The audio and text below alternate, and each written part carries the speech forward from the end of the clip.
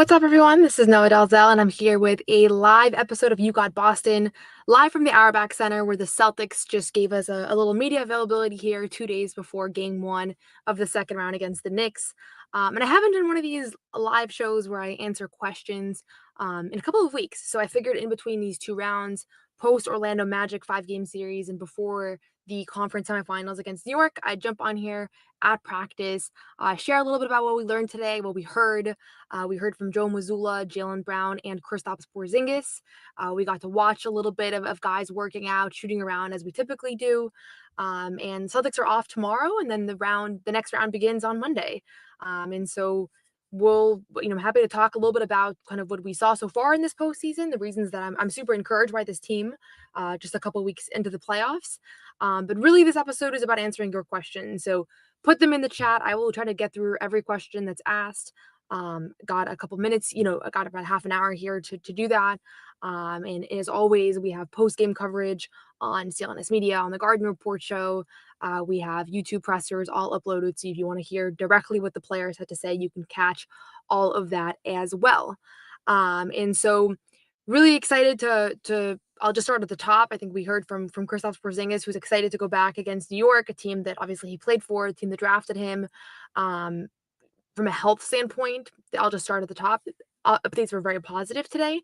Jaylen Brown hasn't loved talking a ton about his knee, which is understandable, but today he gave us the most comprehensive update that he's given us in a while. He said, first of all, that there's been no structural issues, and also that he's trending towards 100% and that he's feeling better and better. And I think ultimately, this has been a long journey for him. He started being kind of bothered by the knee injury, that this bone bruise in his right knee in mid-February before the All-Star break. He missed like 12 games for it in the second half of the season, and then was on the injury report for the final 3 games of the first round, listed as questionable. It was obvious that he was kind of dealing with pain, playing through it, but still had a really good series. Averaged 22 points a game, high efficiency, shot like 49% from the field, 44% from three.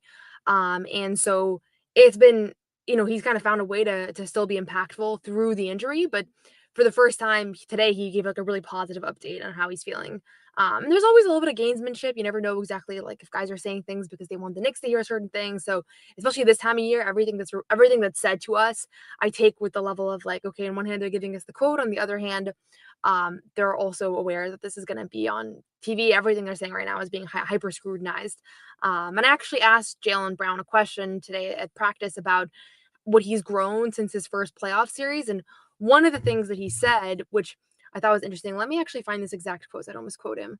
Um, he said he basically discussed how he's learned about the power of what to say and what not to say. So he said there's certain things you show, there's certain things you don't show, because ultimately everybody's watching. You let people think one thing and then you ultimately hit them over the head. And when he said that, I was like, is that related to his injury or game planning? I'm not exactly sure. But yeah, so that's the Jaylen Brown update. That was very positive. I expect him to be a go for game 1 of the next round on Monday. It's a 7 p.m. tip. And then Wednesday, they play game 2. And then they have a couple days off before game 3 on that Saturday. So that's the schedule right now coming up. I see a couple questions here about Jrue Holiday. Any updates on Jrue? How did Jrue look? I've been getting a lot of questions about this. So we didn't see Jrue at all at practice today, and that's not cause for concern. I think every guy has a different workout routine. I'll just explain this because I post a lot of clips on Twitter, and I think it's worth knowing. We get to see the last like 15 minutes of practice, which typically practice is like not actually happening anymore. It's just guys doing individual work. So there are some guys that we always see, like Jason Tatum and Jaylen Brown, work out after every practice. Derek White gets his shots up with the trainers. Like they have their own basket, they have their own routine. And then there's some guys that we very rarely see, because those guys, I assume, get their shots up earlier in the day. Maybe they take a break and shoot later in the day. So they just have a different workflow. So Jrue is one of those guys that I've seen a handful of times in my time covering this team. Like he's very rarely on the court after practice. So that's not cause for concern at all. Joe Mazzulla was asked about whether he went through what he went through yesterday, and he said that he did everything that the team did. The Celtics posted a little clip from yesterday's practice where you can see guys are running up and down the floor. It looks like they're like maybe doing some full court drills, and he had no limitations. So that's definitely a good sign. It's a weird injury because we don't know when he suffered it. There was no moment. I rewatched game 2. Like there was never a moment where it looked like he hurt his hamstring. But despite that, he was able to, he misses 3 games for it. So clearly it's like somewhat severe, or at least enough to hold him out of 3 games. And he was questionable for game 3, but games 4 and 5, he was an automatic scratch for. So you want to be careful with hamstrings. They're not going to risk anything with him because you can re aggravate that injury pretty easily. But right now, if I had to guess, I think he'll play in game 1. Maybe he'll be like, tomorrow the injury report will come out, and it'll be, he'll probably be on it. I would imagine he's probably questionable. If I had to guess, this is, again, we don't really know. So generally speaking, that was positive to hear that he participated, whereas Joe could have said, he really didn't do much. So yeah. And the rest has definitely been huge. I see a comment here, like the fact that they didn't go 6 games. Jaylen Brown talked about it after game 5, but they took care of business. New York had 1 extra game, so they have a little bit more rest than New York. But ultimately, like, forget New York, like on their own, they just needed this time, 5 days off. They had a couple practices, but they did have a couple of days off before that, off again tomorrow, and then games on Monday. And you see, there are certain guys that the rest is extremely beneficial for. I think Jason Tatum's still dealing with a wrist injury. Al Horford is a guy who, if you look at his numbers throughout the year, he's always better on more rest. So the extra days off are great for him. Jaylen Brown, obviously, with the knee, Jrue Holiday with the hamstring. So, like, this is just a good thing. I asked Derek White physically how he's doing yesterday. He said he feels great. He's ready for the next round. I think some guys need this time more than others. But generally speaking, it's always a good thing to take care of business, because also every game you play is a game where you're subjecting your players to injury. Like, these are high risk games. And so for even just like 1 game against the Magic, you never know, what's going to happen there. So, rest was huge for sure. David asks game 7 predictions. So not a Celtics question, but I'm happy to chime in. I have obviously been following the other series, and I actually love watching the other series, especially in the Western Conference, because I don't have to think about it from a work sense of like what implications it has, or do I have to report on this. I get to just watch basketball, which has been fun. So game 7 predictions, I have the Warriors winning, even though the momentum is definitely with the Rockets right now. Even though the Rockets have now won 2 games in a row, and I think that puts them at a 75% chance to win game 7. So teams that are down 3-1 in a series, if they wins game 5 and 6, they then have a 75% chance to win game 7. So they have the momentum, they have home court. It seems like defensively they figured out how to stifle Golden State's offense. I watched the game last night, and definitely was kind of striking just the impact that Steven Adams was making and everything. I still pick the Warriors. I think they just have the veteran closers, and this is like not the most analytical answer, but I just picked Steph Curry in this situation, and I think ultimately the Rockets guys, they made a great run. They should feel good about themselves this offseason, regardless of what happens here. But my gut goes with them. And in the same vein, I picked the Nuggets, despite the fact that the Clippers probably have a little bit more momentum just off that Game 6 win. I just think, yeah, Jokic, Jamal Murray, they're like, I'm picking the championship experience in both of these. And those are the 2 teams that have that edge. But again, Game 7 predictions are such a toss up. I'm just looking forward to watching 2 good games. And I don't really care. I like, if I could pick any finals opponent, I would love to play the Warriors. I love a Celtics Warriors finals. The storylines, just Jimmy Butler and Steph Curry, and kind of, I think that would be a very storybook finish for the Celtics. But right now, it's not looking like the Warriors are going to make the finals. So it doesn't really matter. It's more just I want 2 good games, though, ultimately. And I'm curious if you guys can sound off in the chat about who you guys have. I'm curious what people are thinking. I haven't even read like what the analysis has been, so I don't know if people are predicting one team over the other. Bobby here asks, is this a Luke series? I see Bobby's asked that question multiple times through different profiles. So thank you, Bobby, for asking. I think it should be. The thing with Luke in my eyes is, like, I feel like during the year, teams just didn't game plan sufficiently for him. Like, it's almost, you have to kind of pick your poison. And I think Luke is a guy that his motor was a big advantage. He just he out hustled opponents. A lot of times he feasted on teams that didn't have a big out there. So he was kind of able to draw a lot of offensive rebounds to just kind of outplay opposing teams. So I think his impact is going to be more limited in the playoffs in general, because teams are not going to, they're going to account for his impact because they've seen him all year. But at the same time, I think the series is going to benefit him more than Orlando's. I think he struggled a little bit with the physicality. That series just wasn't a front court player series. As far as just guys battling down there, it seemed like it was a little bit of a struggle. So we'll see. But I also didn't think Luke was terrible in the first round. I think that got a little bit overstated. Like, I think that he had moments where he was impactful, especially after Tatum came back from the wrist injury. It seems like they had a couple good actions, a couple good moments. So we'll see. I think he'll definitely be in the rotation again, and we'll see exactly how things shape up. But if I had to predict right now, I think he'll have a better series than he did in the first round.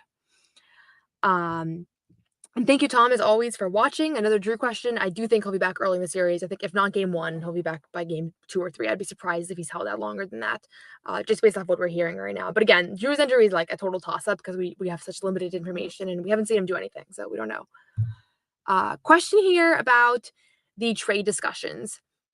Do you think the trade discussions will become a distraction for anyone during the remaining rounds? Jaylen, for example, seemed bothered in the past when his name would always come up. So I'll say a couple things about this. First of all, I think it's really stupid that we're having trade discussions in May in the midst of a playoff run, for a championship contending team. There are 20 teams that are no longer playing basketball right now. There are 10 that still are. The ones that still are, the discussion should be exclusively focused on the games that are being played and the series that's upcoming and the awards that are being won and all the things that are currently happening. We have months to do the trade off-season thing, and I think that'll inevitably be a big discussion point, and I'm sure a lot of articles will be written about it and everything. So I thought it was just ironic that earlier this week Shams goes in the Pat McAfee show, and I think he just asked him about like the Celtics offseason, and he said, "Yeah, changes are expected." Not much of a report there, and then it sends this ripple effect across the media landscape of like now we all have to talk about what trades are going to happen and all that. And so I'm not entertaining it. I didn't write anything about the Shams report because it wasn't much of a report. At the same time, it's inevitable that that there is noise, there is discussion. I don't think that it'll become a discussion in the locker room because again, there are no specific reports. No specific names came up. If people want to say their own names, it's just random people at home that are reporters that can guess, but there has not been any substantive reporting. If right now there was a report that said the Celtics are offering Jaylen Brown this summer to these teams and there was actually substance, then yes, I think it inevitably becomes a discussion. It inevitably becomes distracting, even if you try to rise above that. But the stuff that's been said is like these players are pros. They know that. They understand the salary cap. They understand the second apron. I think everybody in the organization, nobody's taking this for granted that they might not have this group again next year. And the reality is that that's always the case, right? And in 2023, like I remember after the Celtics lose to Miami in game 7 of the conference finals, like that group thinks they have another run in them. Marcus Smart thinks he's coming back the next year and they have another run. And obviously Marcus Smart sees his career go in a completely different direction where now he's in Memphis and he's in Washington and all those other places and he's not contending for a championship anymore. So I think these guys are pros. They've been there long enough that nobody's taking the future for granted and they don't need a report to remind them that. So I don't think that anything that came this week really changed any of their views because they all understand that changes happen and that even if there were no Shams report this week, it's just inevitable that changes happen every offseason, right? Even if it's not one of your role guys. The continuity between last year's team and this year's team was incredibly rare. And I think everybody recognized that and appreciated it and is very grateful to have that opportunity to run it back with such a similar group with just a few small exceptions. So I don't think it'll impact anybody, but for sure, I find the whole thing kind of just irrelevant. Like we don't need to have this discussion, honestly. Yeah, exactly. These are the same reports that have been out since July. So, and it's again, we can talk about it later in the year. But I don't think that there's much to talk about right now. And I always think like I'm so grateful to cover a team that is still playing because it's way more fun to cover basketball than to cover trades and free agency. And if you're covering a team that's not in the playoffs, like that's what you shift to right now, right? So, um, yeah. So looking forward to that. Uh, let's see what else is here. Okay. Mm, sorry, I'm just reading here. Yeah, the double bigs thing has been interesting. Sorry, this is more of a comment, but it seems like everybody is trying and finding success with a double big. I think that was a big league trend this year and seeing the Rockets find success against it. I feel really confident in the Celtics' chances against the Warriors in the finals. That's part of why I want that finals matchup because I think that it would benefit the Celtics. But I think there's a lot of reasons. But based on how I think exploitable they have been by a Rockets team that's pretty limited, they don't have any like great, mega stars. So the fact that they've even gotten to this point does not bode well for their chances. Biggest X factor in this series. This is a good question. It's always interesting to think about this. I think Jrue Holiday might be the biggest X factor here. Um, Jrue Holiday or Kristaps Porzingis. I'm gonna make those my two. Jaylen Brown and Jason Tatum at this point, they're not X factors to me because I just feel they're so reliable. I so know what to expect for them. They're always good for their 25, 30 points. They impact the game in both ends. You know the moment's not going to be too big or too bright for them. They've seen every game plan. They've been deep in the postseason, and ultimately, I feel pretty good about Jalen's health right now. So I'm not, they're not my X factors. I think there are other guys that are gonna, have the potential to make an impact. Peyton Pritchard, if he's going off for 20 every night versus, being mostly shut out by opposing teams' defenses, like that's obviously a change. But Porzingis, he was not much of a factor offensively in the first round. He really struggled on post ups. He couldn't really get the three ball going until the last game. And at the same time, he's a guy that can go off for 30 on any given night. And he's done really well. He's played really well against this New York team. I think he's really excited to play Madison Square Garden. He's fueled by maybe potential boos. He said today maybe there won't be boos because it's been so long.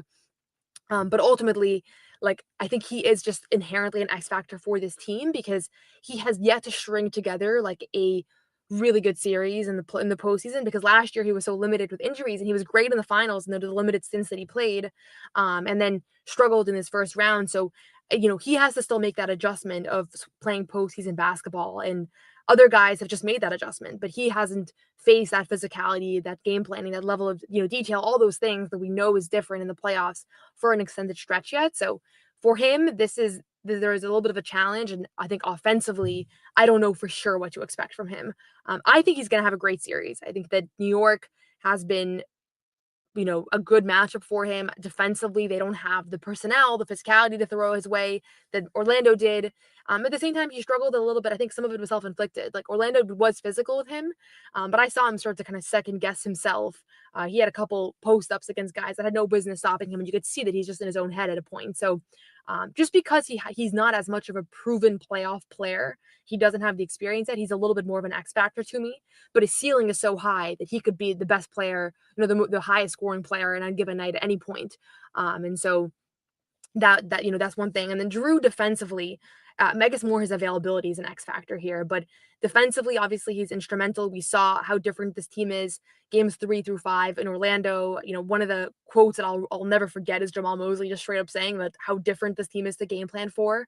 And I thought Peyton Pritchard did a good job in his absence, but Jrue just gives you another dimension, and he cleans up other people's mistakes. That's like the number one thing that I start to notice, especially when I rewatch games. I notice how often somebody's in the wrong spot, but Jrue is able to mitigate that.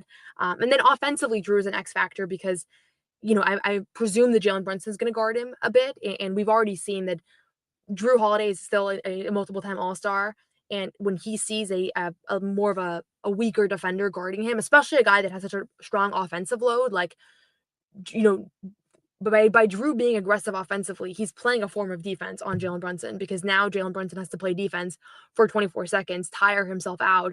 And now he has the ball in his hand and he has to go make a play. So it really worked last year versus the Cavs when Jrue Holiday exploited Donovan Mitchell defensively a little bit and was very aggressive offensively and suddenly was scoring double-digit points and went out for 20 plus in a game. And then afterwards was pretty frank about the fact that, yeah, he saw that Donovan Mitchell was getting tired guarding him. And so I think for me, those two guys are your X factors. And at this point, Jason Tatum, Jaylen Brown, and Derek White, I kind of just know what to expect from them. And on the Knicks side, I think a guy like OG Anunoby, Mikal Bridges, like they are good role players on paper. Like they were big offseason acquisitions. They're good defenders. I think OG is a better defender, but both of those guys can go off for 20 any given night. I think I know what to expect from Jalen Brunson. So those are the guys that are going to maybe tip the scale here. Like game 6, Mikal Bridges was the X factor. He had a great game. He had a great tip in, 25 points on high efficiency for him. Like I don't think they beat the Pistons if it's not for Mikal Bridges in that game. So you want to neutralize those guys as much as you can. But we'll see.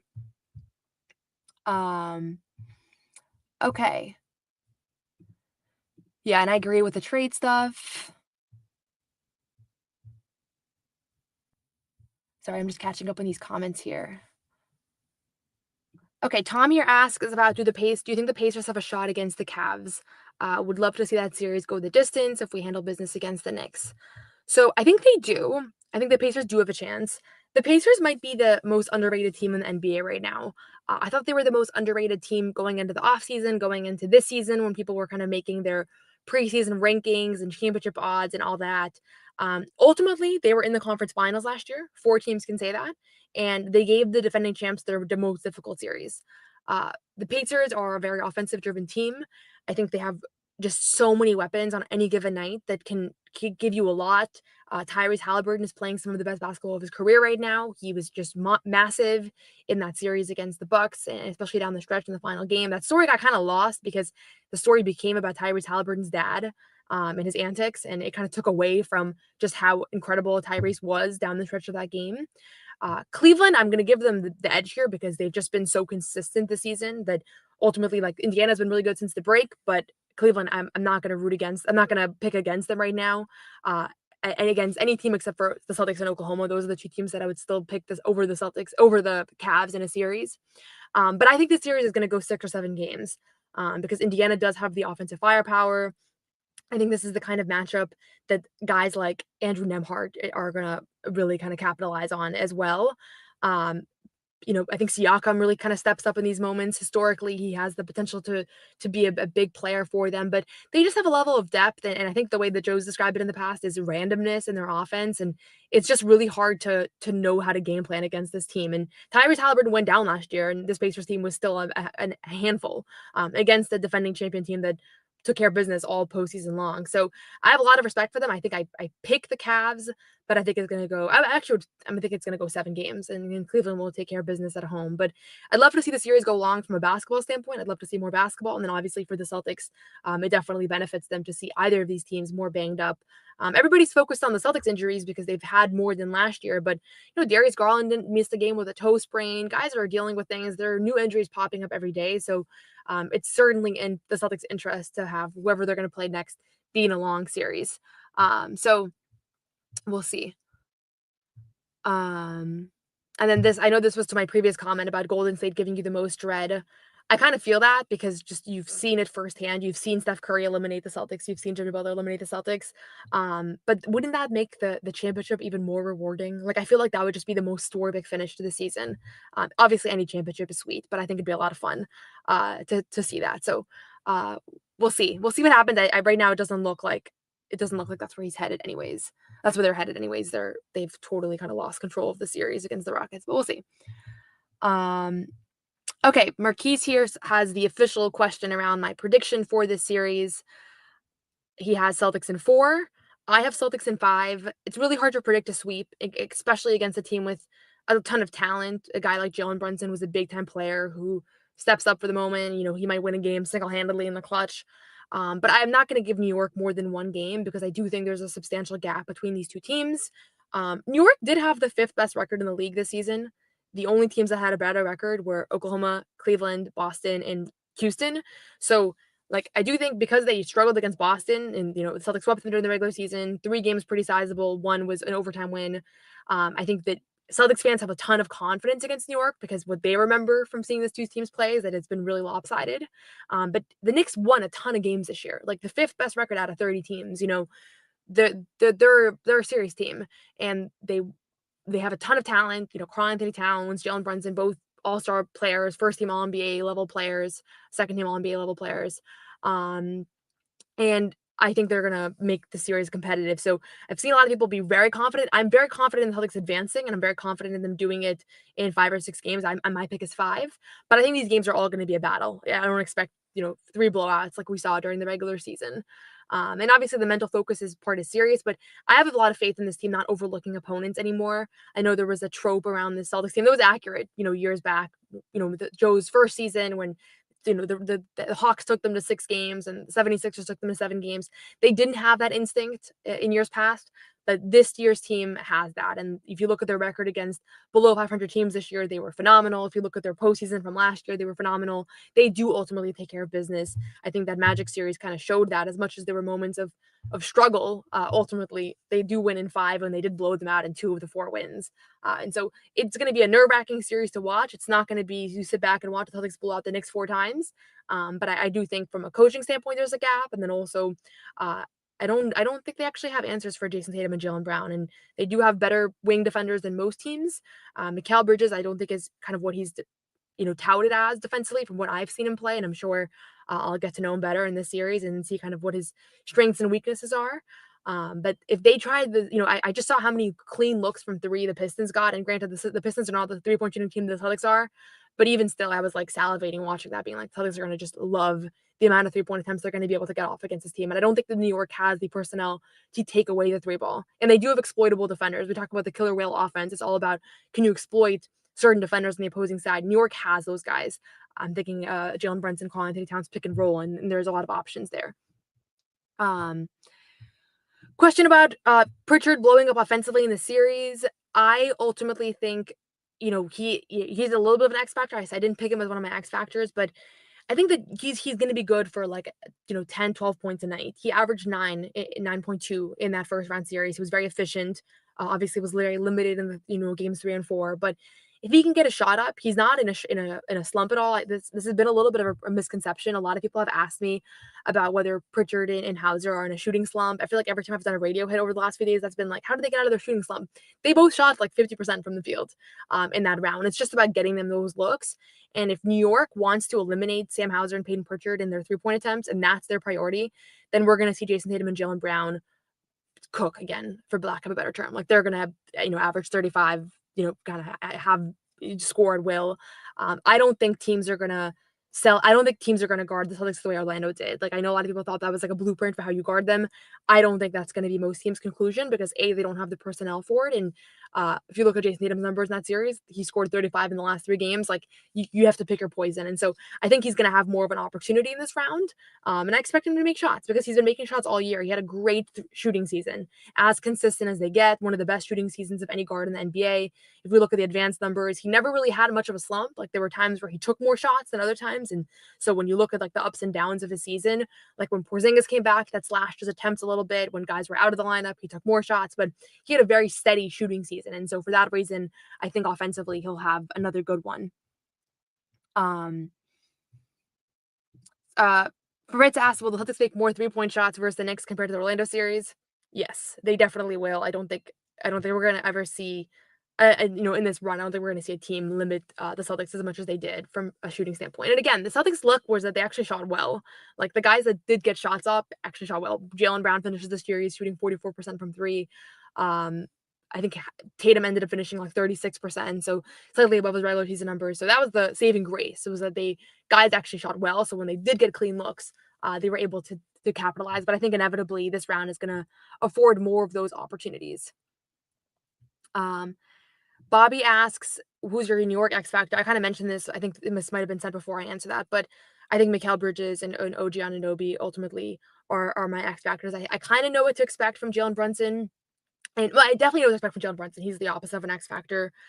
I guess in a sense, Karl Anthony Towns, unfortunately for him, is a little bit of an X Factor because you saw him in Game 6. He was kind of a non-factor, and then there are moments where he just looks like one of these unstoppable players who can shoot from far out and is just one of those 7-footers that revolutionize the game. So, they've used Tatum to guard him a little bit. I like Jrue Holiday on him as well. You don't really want to get him going too much, but I think he's a guy you're going to live with his post-ups. You're going to live with his 2-point shots. You don't want him to start hitting a ton of threes. That's kind of the limitation there. But yeah, this New York team, I think Josh Hart gives you what he gives you. Jalen Brunson gives you what he gives you. It's those role guys that are more dangerous and more experienced than your average role players. I think they can punch above their weight a little bit. They're guys with pedigrees. They're guys that have been there before, to an extent. So. Okay, I'm just reading through some of these. I'm trying to find the questions amid all the comments, which I do like. I do like all these comments as well. So thank you, everybody. Who do you think is most likely to get a 50 ball this series? Probably Jalen Brunson. I mean, the two guys that come to mind are obviously the two teams' leading scorers, Jalen Brunson and Jason Tatum. But Jalen Brunson plays a much more heliocentric style of basketball. He has the ball in his hand. I have to look at the advanced analytics on this, but it appears to me that he has the ball in his hand more than any other star in the NBA as far as he kind of passes as a last resort.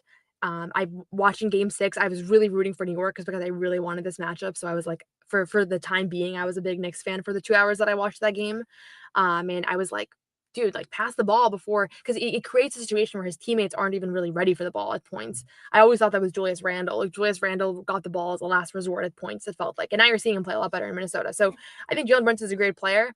He also is just so ball dominant and doesn't have the players around him that Jason Tatum has. So he probably is the most likely candidate to go off for 50. But with the way Tatum's been playing and the way that he closed out that first round, and if New York decides that that's the way they want to go, that they want to continue to limit role players the way that Orlando did, then maybe Tatum does it. So either one can do it. They both have. I don't know if Jalen Brunson's actually scored 50 in a game. Tatum obviously has. I will not forget that game 7 versus 76ers. That was a very fun game to watch a couple years back. That was before I covered the team, but I was still very much locked into that game.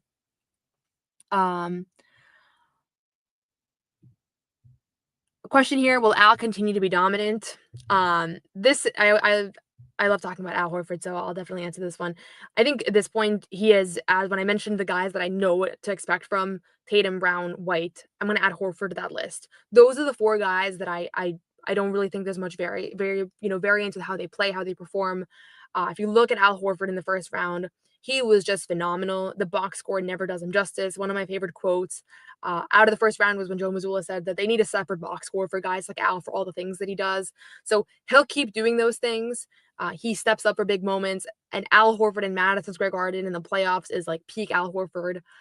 If you ask me how is Al Horford going to play on a Saturday game against the Hornets, like he might struggle, like he might not be at his best. But this is the kind of series for him. I think that he's going to get a lot of open looks. He gets a lot of open looks in general. I think that he's just a guy that the teams live with. They have to live with something, and a lot of times it ends up being conceding those 3-point shots.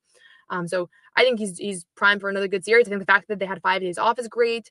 Game 1 and 2, they have 2 days in one game in between games 1 and 2, there's 1 day off, but then between game 2 and 3, they have 2 days off. They're off on that Thursday and Friday. So those are always good indicators for Al as well.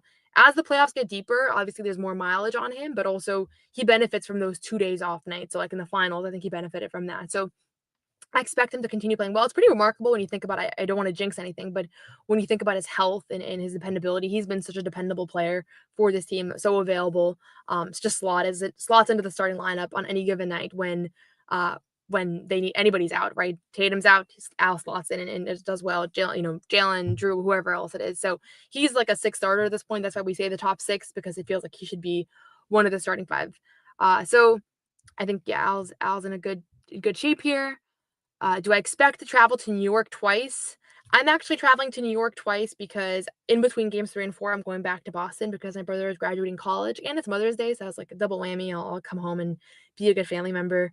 So I'm traveling to New York twice regardless, but I did book train tickets for game 6 because they were fundable and it's easy to do that, but I don't expect to make that trip. Again, I've said this before, but I started covering this team last year. So far, I've never seen a series go beyond 5 games. They completed every series last year in 5 games with the exception of 1 sweep, and then this year 5-game series. So I'm programmed to always think everything's going 5 games. The first time I have to go back to a game 6 on the road, I'm going to be startled. So I don't expect it, but I do have my train book just in case because it's a little bit cheaper that way. Okay, and thank you guys. This is when I was talking about Brunson. Thank you for the fact checking. So the most he scored in a playoff game of the peers is 46 points against the Sixers. This is a question. This is a comment, but the bench is the biggest X factor because the starters are almost similar in talent, but I give the Celtics a slighter edge. I think the Celtics have the edge with the bench. I think the Knicks bench was pretty non-existent in the first round. Guys that can hurt you are Miles McBride. Campaign had some big moments. I think it was game 1 that he went on that big fourth quarter run early on. But overall, this is a team that heavily relies on their starters, and I think will continue to do so. I think the Celtics at full strength have Al Horford coming off the bench, have Peyton Pritchard, Sam Hauser, Luke Kornet, guys that just have more continuity together as a unit, guys that have produced more. So I do give the Celtics the slight edge there as well. But it's always hard to compare benches because you just never know who's going to just take off in a given series. And sometimes it seems like one team on paper has a much stronger bench than the other team outplays them. But just looking at these 2 teams, like there are teams in the league that have a ton of depth. Like I think about Indiana, I think about Oklahoma City. Those are teams where you look at their bench and like there's just weapons and weapons and weapons coming off that bench. This is not one of those teams. So that doesn't mean that anybody, I respect those guys and I respect Mitchell Robinson. Like I think there are guys that can come in. I saw somebody mentioning Mitchell Robinson as a particular X factor. So I do ultimately think that, a lot can happen here with any one of these guys going off, but I have faith in Peyton Pritchard and Al Horford and those guys more so than the Knicks on the Knicks end. So I do think they have a little bit of an advantage here. Question here on who is guarding who in this series. So it's always hard to know exactly. I mean, during the regular season, they did have Tatum on primarily on Karl-Anthony Towns. Jrue Holiday was the primary guy guarding Jalen Brunson.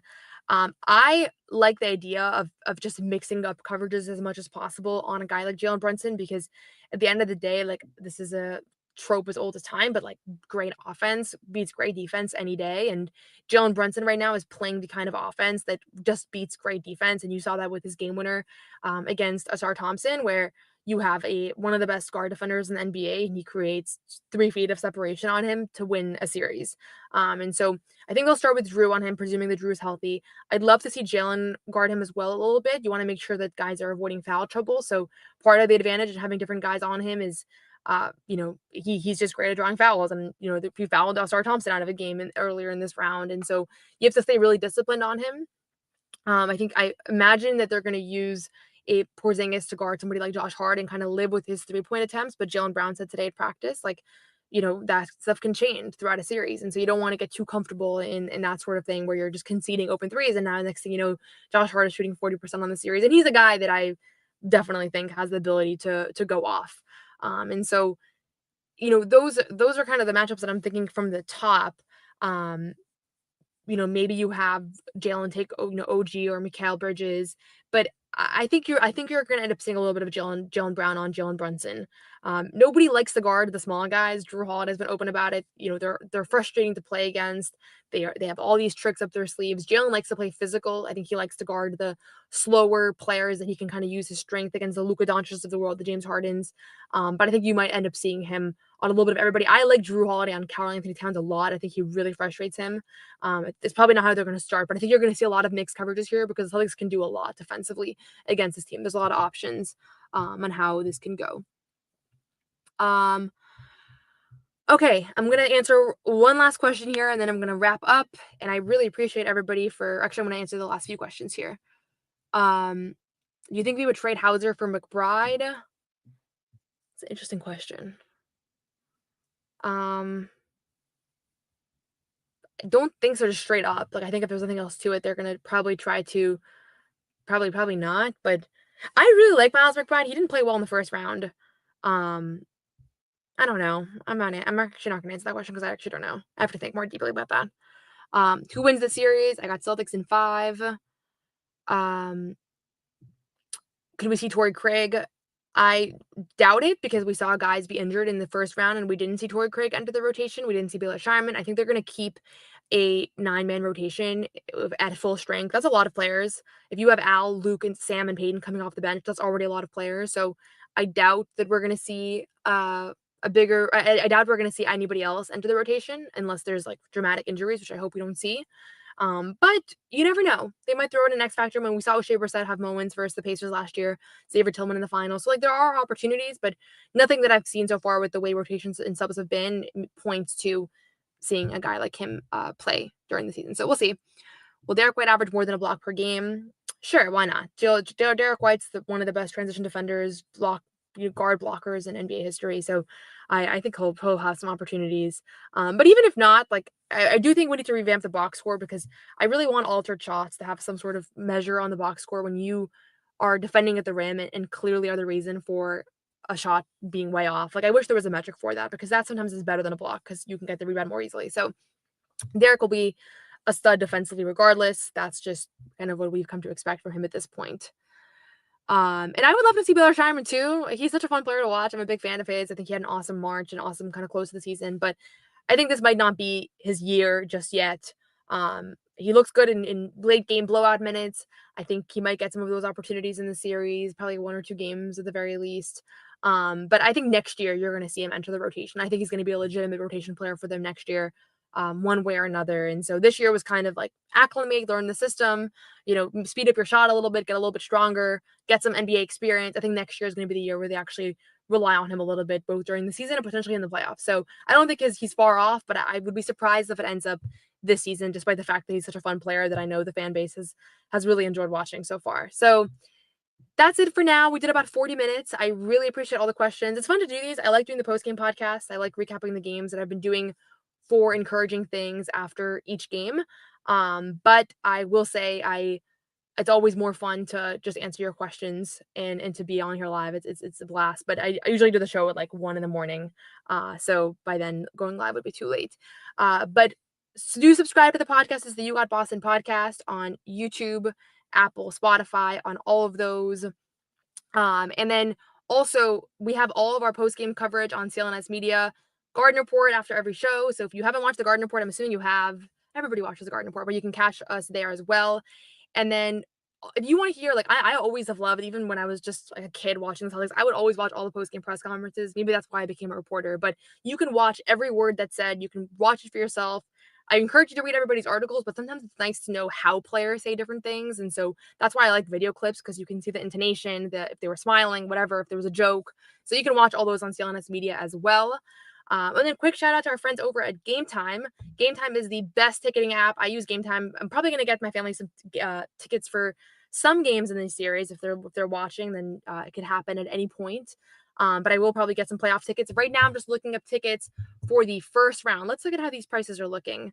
The good thing about Game Time, it's on prices. There's no surprise fees or anything like that. And my favorite thing is you can see what the court looks like from the seats you get. So look at these prices. Game 1, $247. Game 2, $272. So much more expensive in New York. New York Game 3, $509. So normally TD Garden is the more expensive arena in a series. But in this case, it's actually Madison Square Garden is almost twice the price. So if you want to go to a game, your best bet is to go to Game 1, and it's gonna get worse from there. So check out Game Time. Use code CLNS for $20 off your first purchase. Terms apply. Use code CLNS for $20 off your first purchase. So yeah, Game Time's the best. I've used Game Time for concerts, NBA games, whatnot. I don't know if it's use Game Time for NBA games anymore, but I did before I became a reporter. So thank you as always for watching. Subscribe. Also turn on notifications. I'm gonna go live throughout the playoffs, so turn on notifications for the You Got Boston podcast. And that way, when I do one of these live shows, you can come in and ask questions. And if you're watching this on the replay, you can leave a question in the chat, in the comment section, and I'll answer all the questions there as well. So feel free to do that. Bye, everyone. See you on Monday.